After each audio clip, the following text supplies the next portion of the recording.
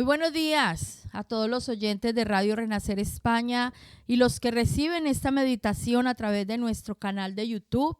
Les damos la bienvenida a este tiempo devocional. Buenos días, Señor. Una vez más tenemos la bendición de presentarnos delante de nuestro Dios, escuchar su voz a través de su palabra que nos edifica, que nos anima, nos alienta, nos transforma, nos levanta. Su palabra que es vida para nosotros. Recuerde que usted puede compartir este link para que otras personas también se conecten al devocional en vivo a través de la emisora.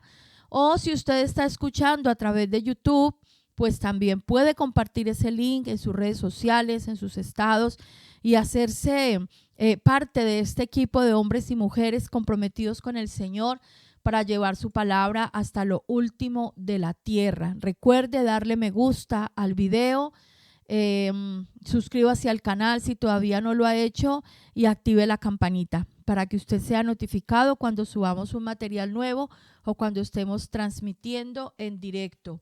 Estamos ya en los últimos capítulos del libro del profeta Jeremías. Nos vamos acercando al final de este apasionante libro a través del cual el Señor nos ha permitido entender un poco más a profundidad todo el proceso que se vivió casi 30 años previos a la invasión de Babilonia a Jerusalén, al reino de Judá.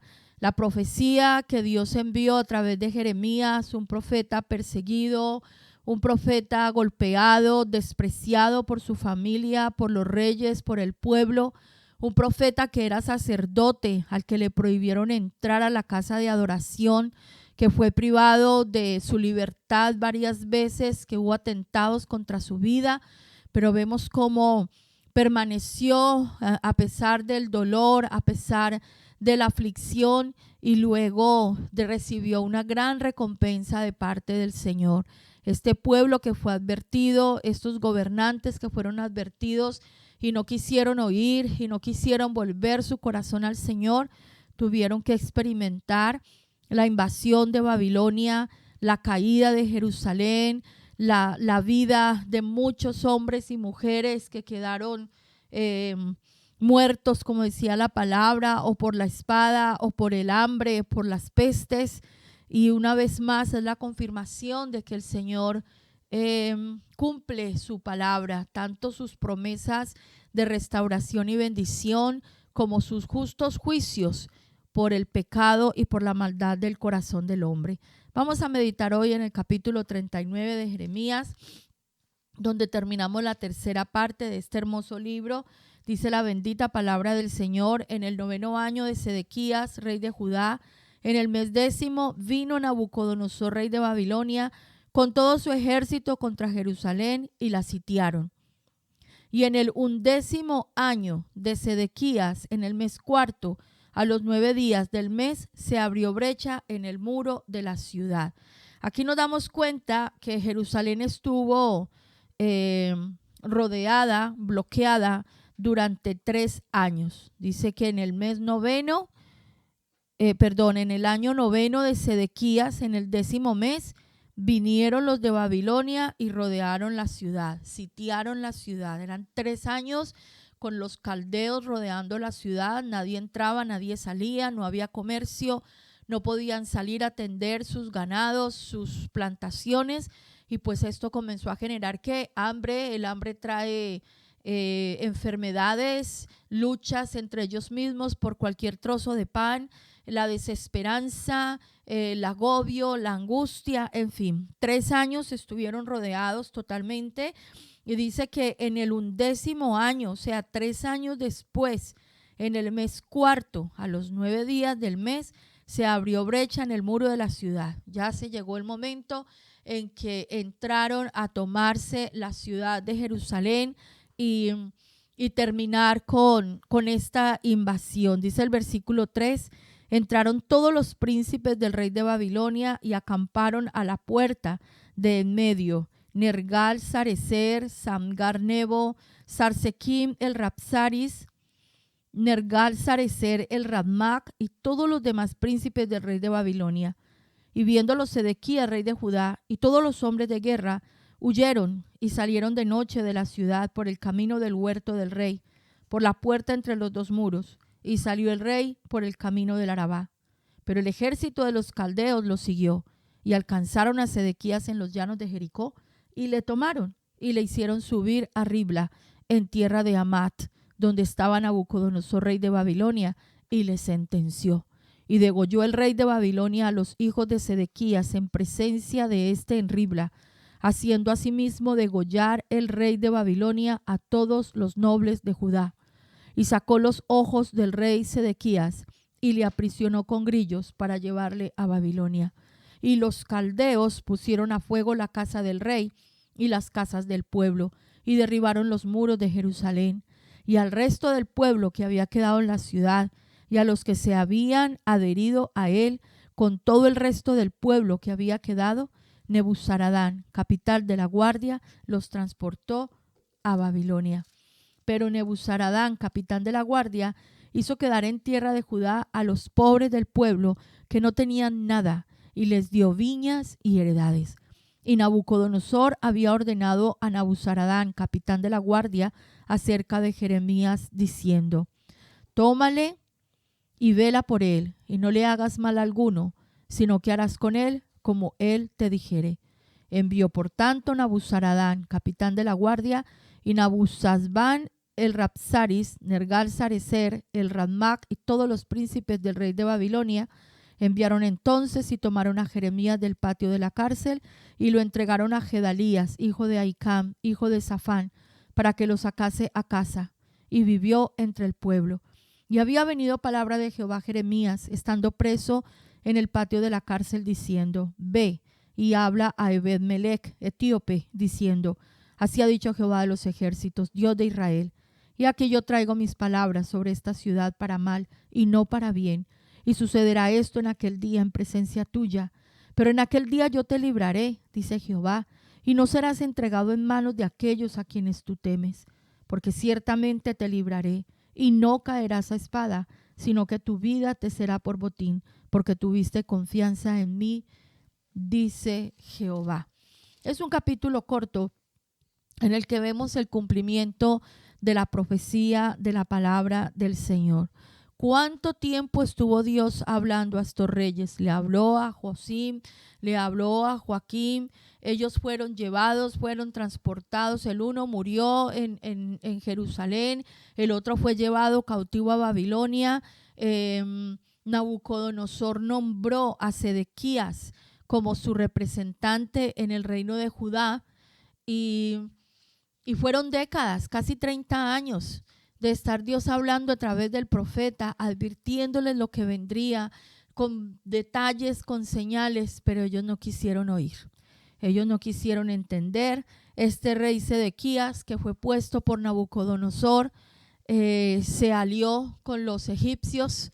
Él traicionó a Nabucodonosor, buscó ayuda de los egipcios. Vimos en el capítulo anterior cómo Dios le dice a través de Jeremías: está equivocado, porque los egipcios que supuestamente venían a ayudarlo se devolvieron a su tierra, no van a venir a ayudarle. O sea, este hombre siempre confiando en el brazo del hombre en vez de poner su confianza en el Señor. Pues llegó el momento en que la ciudad cayó, en que la ciudad fue tomada.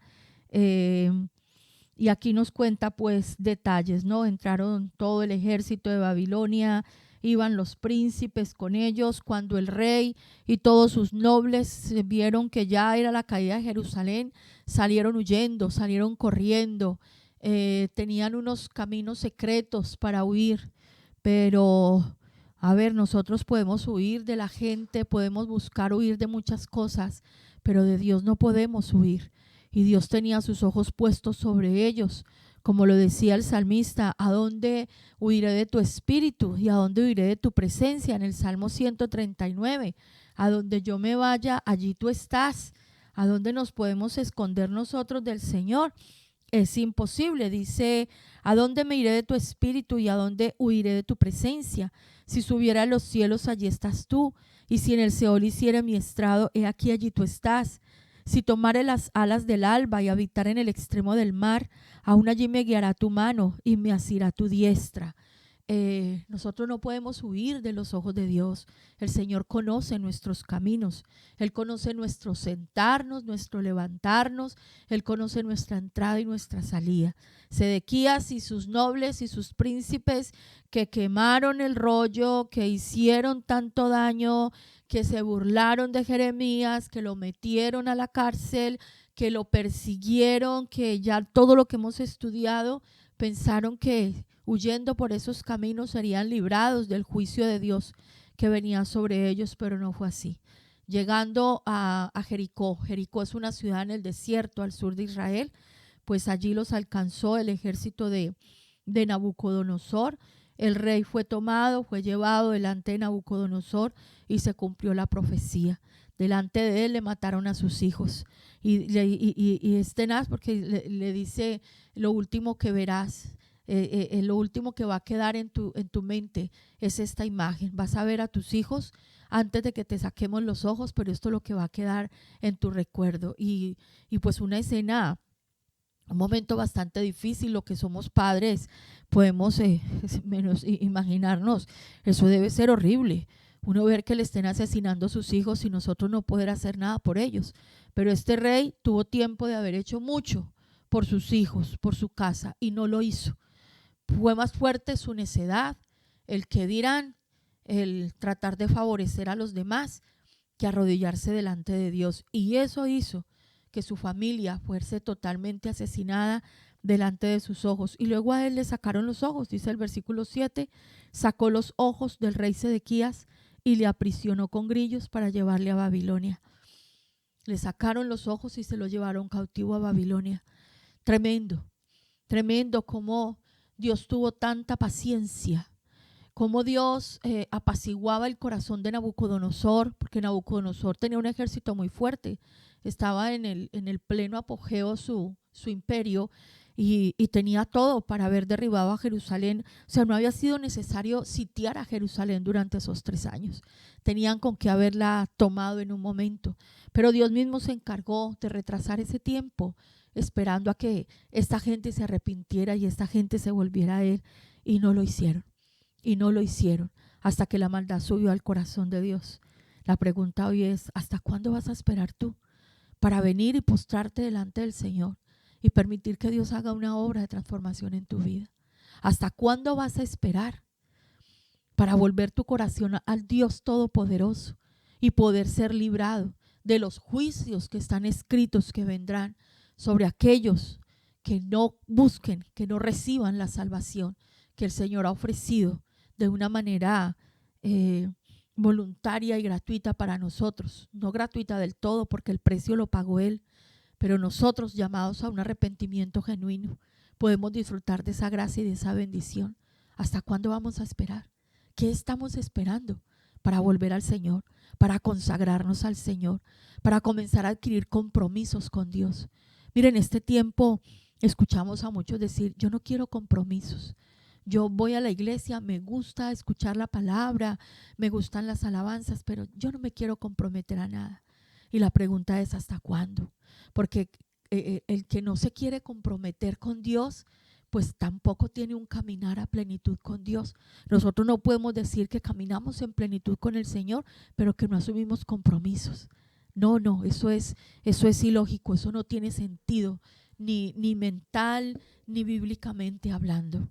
Si nosotros de verdad hemos entendido el nivel, la grandeza del amor, la misericordia, de la salvación que nos ha venido, no tenemos, o sea, si somos conscientes de las consecuencias que trae el pecado en una vida, el vivir alejados del Señor, no tenemos excusa para venir y entregarnos de todo corazón al Señor. Entraron pues estos caldeos, dice el versículo 8, pusieron a fuego la casa del rey, las casas del pueblo, derribaron los muros de Jerusalén y al resto del pueblo que había quedado en la ciudad, y a los que se habían adherido a él, con todo el resto del pueblo que había quedado, Nabuzaradán, capitán de la guardia, los transportó a Babilonia. Se llevaron lo que quedaba, arrasaron con todo. Ellos se llevaron las riquezas del templo, las riquezas de la casa real, derribaron sus muros, muy duro, derribaron las murallas de Jerusalén. Ellos echaron todo abajo para poder tomar la ciudad.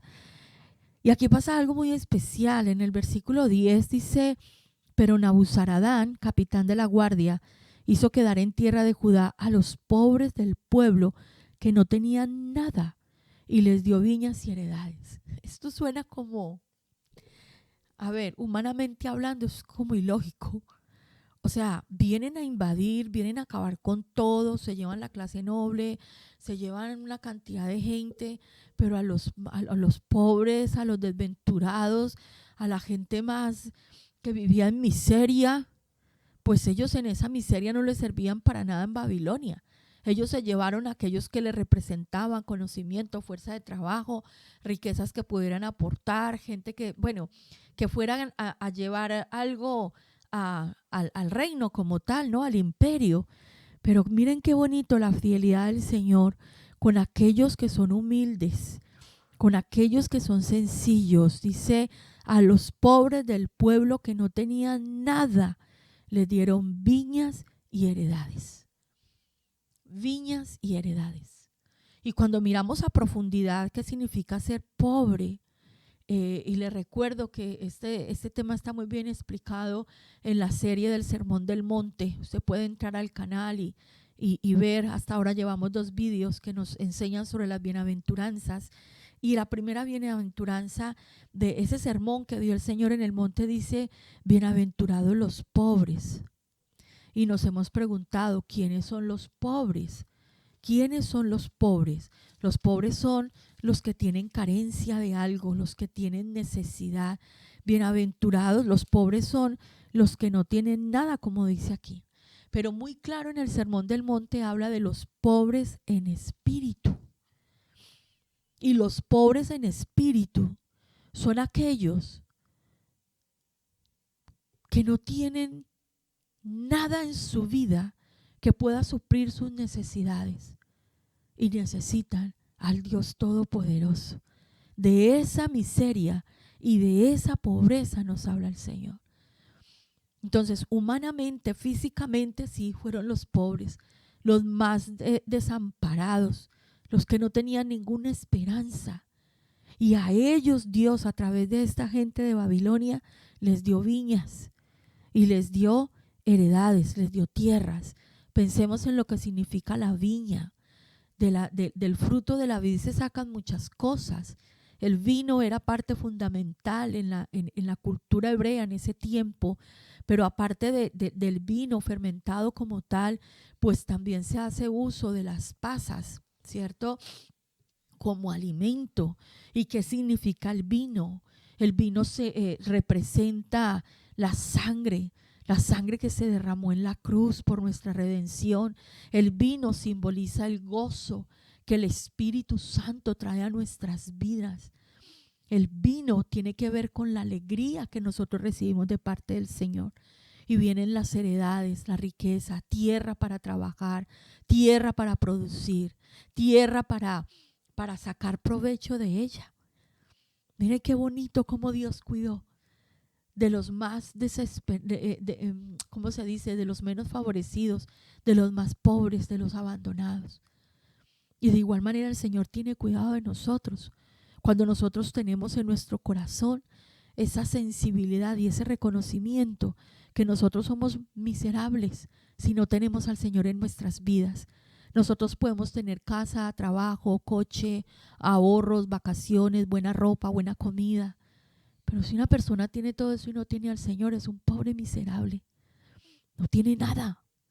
Porque en nosotros, en el ser humano, diseñado conforme a la imagen y semejanza del Eterno, del Creador y poderoso Dios, si no tenemos la fuente de la vida que es Él, no tenemos nada. Somos unos pobres desventurados. Dice el versículo 11, Nabucodonosor había ordenado a Nabuzaradán, capitán de la guardia, acerca de Jeremías, diciendo: tómale y vela por él, y no le hagas mal alguno, sino que harás con él como él te dijere. Una vez más, la misericordia, el amor y la protección del Señor manifestada en el profeta. ¿Cómo puede ser que este hombre tan poderoso, Nabucodonosor, del gran imperio, el que en ese momento tenía tanto poder, se ocupara de un simple profeta judío, de un hombre menospreciado, rechazado por su familia, por su casa, por su pueblo, por sus reyes, hecho a un lado. Le prohibieron entrar al templo, un hombre que era un sacerdote. Y sin embargo Dios usa a este Nabucodonosor, un hombre pagano, un hombre que el temor de Dios no tenía, para cuidar del profeta, para guardarle la vida. Su vida era su botín.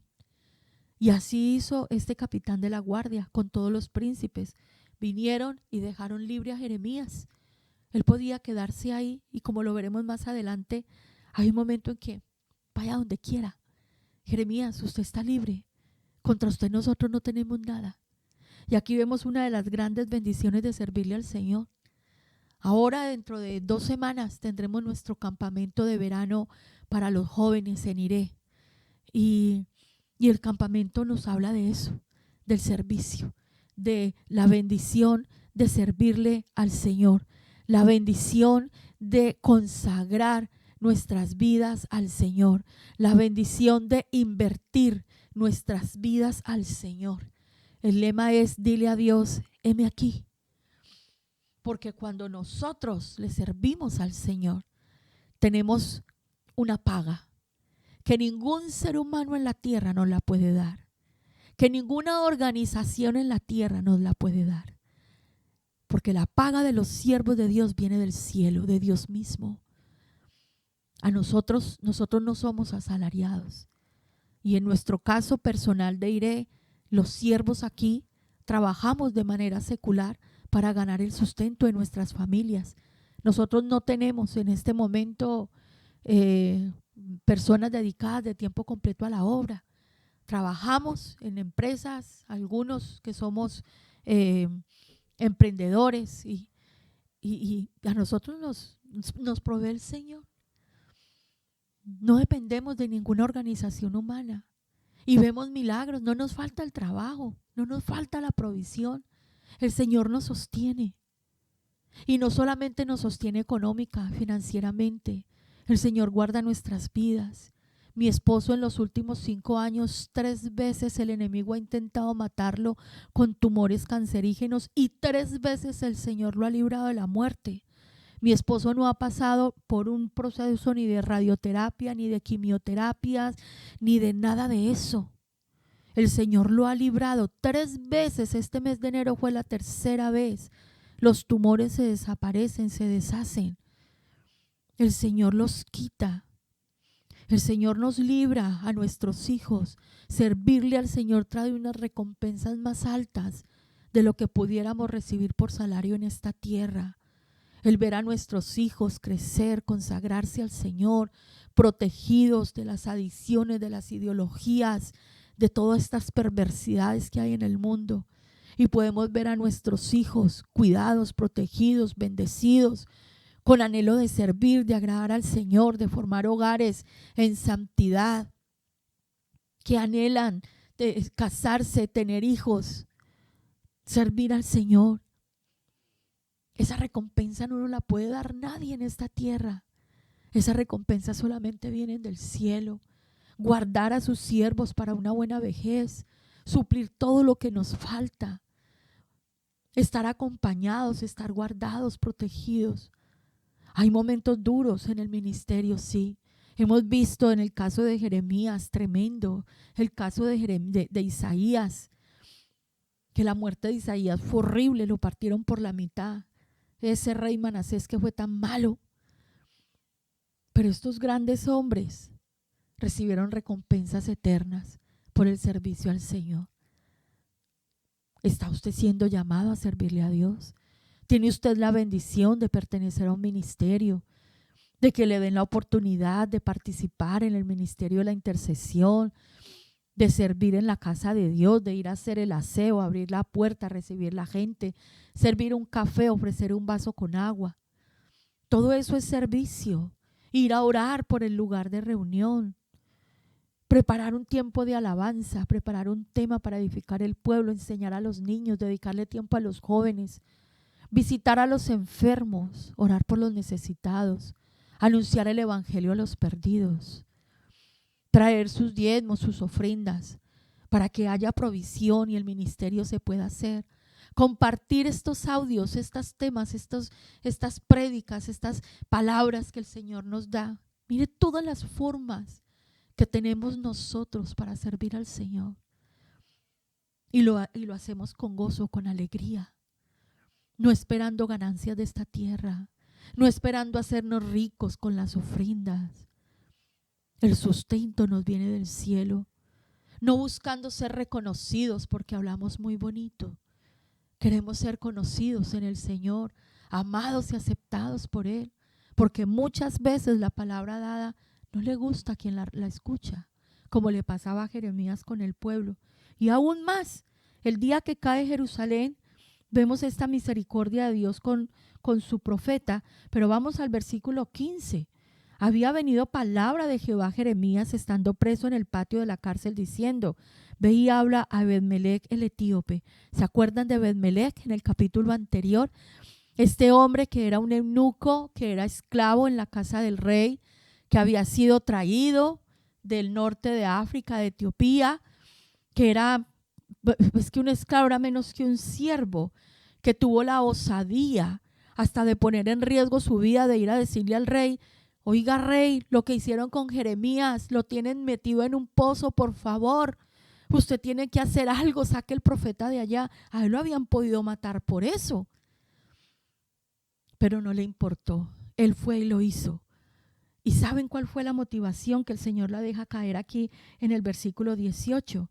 Porque tuviste confianza en mí, dice Jehová. Este hombre se había vuelto al Dios de Israel. Había vuelto su corazón al Dios de la tierra donde había sido transportado en calidad de esclavo.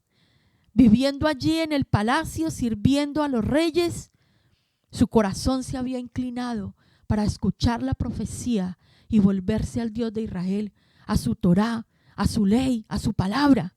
Y por eso actuó de esa manera, para salvar la vida del profeta. ¿Cuál fue la palabra que Dios le envió? He aquí yo traigo mis palabras sobre esta ciudad para mal y no para bien, y sucederá esto en aquel día en presencia tuya. Pero en aquel día yo te libraré, dice Jehová, y no serás entregado en manos de aquellos a quienes tú temes, porque ciertamente te libraré, y no caerás a espada, sino que tu vida te será por botín, porque tuviste confianza en mí, dice Jehová. A este esclavo también Dios le salvó la vida y lo puso en un lugar para ser cuidado, en un lugar para ser protegido. ¿Por qué? Porque puso su confianza en el Señor. Tenemos mucho que aprender de todo esto. Tenemos mucho que aprender y traer de aplicación a nuestras vidas, mis amados. Servirle al Señor es un alto privilegio, que no está escondido para unos pocos. Está disponible para todo aquel que quiera hacerlo, pero siempre sujeto a las instrucciones que el Señor da. Vamos a servir al Señor, pero en el momento, de la manera como Él establece que lo hagamos. No es a nuestra manera, es como Él lo diga. Hay muchas formas, hay mucho que hacer, pero siempre bajo la dirección del Señor, sabiendo que cualquier cosa que nosotros hagamos para Él, en obediencia a Él, traerá bendición y recompensa de esta vida, pero también de la vida venidera. No es en vano, no es en vano el servicio, no es en vano caminar con Dios, no es en vano guardar su palabra, porque cuando vengan los justos juicios de Dios sobre la tierra, entonces nosotros podremos ser guardados de ello. Demos gracias al Señor por esta palabra en este día. Demos gracias al Señor por el llamado que nos hace a conocerle y a servirle, a ser útiles en sus manos, vasijas de honra dentro de su casa. A lo mejor no seamos las más bonitas vasijas, ni las más grandes, pero recuerde que las vasijas pequeñas también son necesarias. Pero recuerde que no depende de nosotros, sino de lo que Él pueda hacer a través de nosotros. Señor, gracias. Gracias por mostrarnos tu amor y tu misericordia para con tus siervos, los profetas, Señor. Gracias por ayudarnos a entender en este tiempo todo lo que se vivió en Jerusalén, todo lo que vivió el pueblo, lo que vivió el profeta, la gente que estaba a su alrededor, Señor. Cómo te moviste con poder y gran gloria. Cómo, Señor, diste tiempo esperando, Señor, a que hubiera un arrepentimiento genuino para ser librados de tan gran mal. Señor, eso nos habla de tu carácter misericordioso. Tú eres un Dios que sabe esperar. Tú eres un Dios que da oportunidades. Con cada uno de nosotros, Señor, has obrado misericordia. Has tenido, Señor, de nosotros misericordia. Nos has esperado, Señor. Porque nosotros muchas veces te hemos dejado, nos hemos apartado, hemos renegado, nos hemos quejado. Y sin embargo, Señor, tú permaneces fiel. Gracias por mostrarnos la grandeza de tu fidelidad, que nos hace ver a nosotros mismos tan pequeños, Señor, tan indefensos, tan pobres, tan míseros, que tenemos tantas cosas en esta tierra. Pero cuando miramos a nuestro interior, Señor, nos falta tú. Nos falta tu palabra, nos falta tu verdad, nos falta tu gozo, nos falta, Señor, tu libertad, nos falta tu luz, Señor. Hoy entendemos, Padre, que somos los más necesitados y te damos gracias, porque cuando nuestro corazón, Señor, viene a esa humildad de reconocer que alejados de ti nada podemos hacer, tú nos entregas el vino, tú nos entregas las heredades, tú nos das la riqueza de tu reino, Señor. El poder entender y encontrar en ti la libertad, la salvación de nuestras almas, Señor. El poder recibir de parte tuya el gozo de tu espíritu, tu verdad que nos hace libres, Señor. Ayúdanos a ser humildes delante de ti, oh Dios. Ayúdanos, Señor, a estar siempre postrados delante de tu santuario, reconociendo nuestra necesidad de ti. Que entre más tú nos das, Señor, más necesitados somos. Gracias porque así como cuidaste de los más pobres en Judá, así tú cuidas de nosotros hoy, Señor. Gracias te damos porque así como guardaste la vida de Jeremías, tú guardarás nuestras vidas. Tú guardarás en perfecta paz a aquel cuyo pensamiento en ti persevera, porque en ti ha confiado, Señor.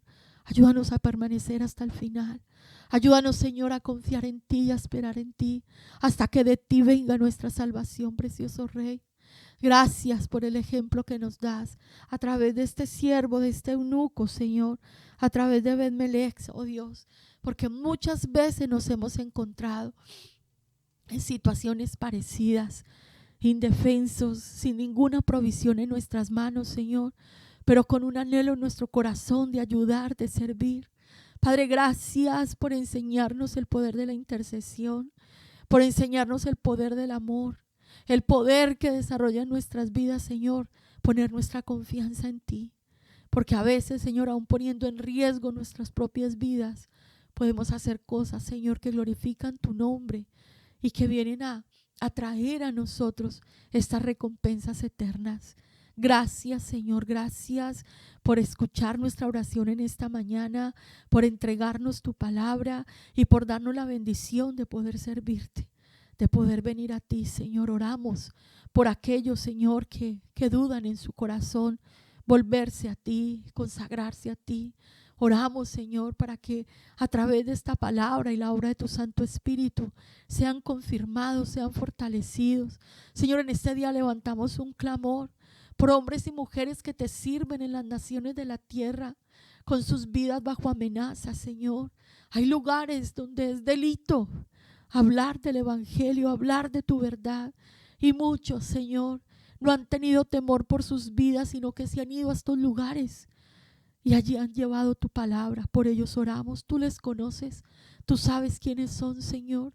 Te pedimos que los protejas, que tu palabra, Señor, no quede presa. Aunque muchos hoy estén privados de su libertad, tu palabra, Señor, no volverá vacía. Tu palabra es libre. Tu palabra puede ser anunciada de muchas maneras.